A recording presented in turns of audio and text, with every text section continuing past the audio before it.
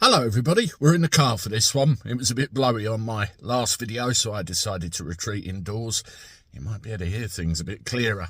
You know, one of the things that I like to look into is psychology. I'm very interested in what makes people tick, what motivates people to do the things they do.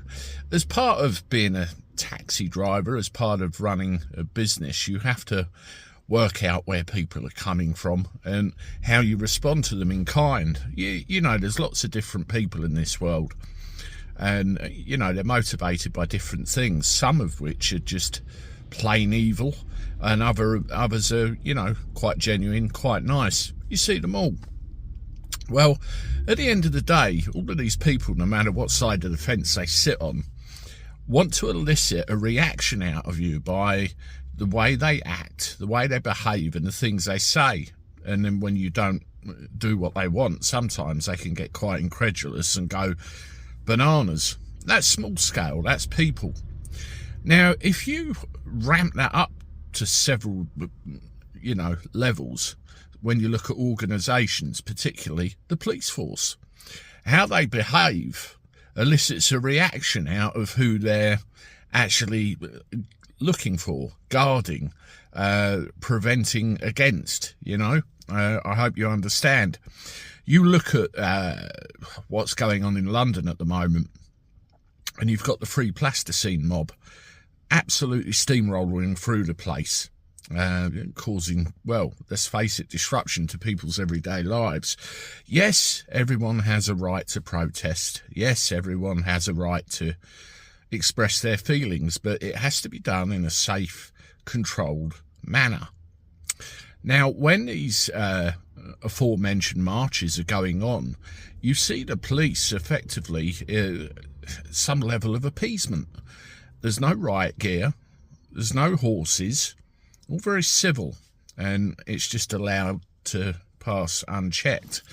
Now, what we're seeing more and more now is when we celebrate our national holidays, in this case St George's Day, you know, there seems to be a problem. This is the point where all the lefties come out and say, well, St George was Turkish, so what are you talking about? Well, I think all the other patron saints of our lands that we look up to as, you know, in the position they are, weren't English either, or Scottish or Irish or anything else. So you can take that excuse and run with it. But the point I'm getting to is, you look how the police reacted, or what the police did.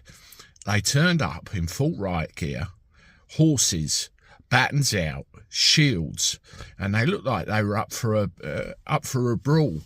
And you've got a load of, well, what I would class patrons, really people that wanted to go and celebrate something, the cross of St George's Day, proud of being English, and they're met with aggression. When you're met with aggression, particularly when you're in a charged atmosphere, you tend to react with equal aggression, and then that will give the other side the excuse to do what they want to do: arrest you, pull you off the streets, and clear it all out, thereby preventing you, an English patron, from celebrating that day. And yet again, it appears to be one rule for one and one rule for the other. It really is a disgrace, isn't it? And if you roll it back, simply back to individuals, as we started this video with, how you present yourself to somebody will govern how you're reacted to. So maybe, is it we don't play into their hands? But that being said, it purely is a case of the law is not applied equally, and it's becoming more and more obvious as the days go by.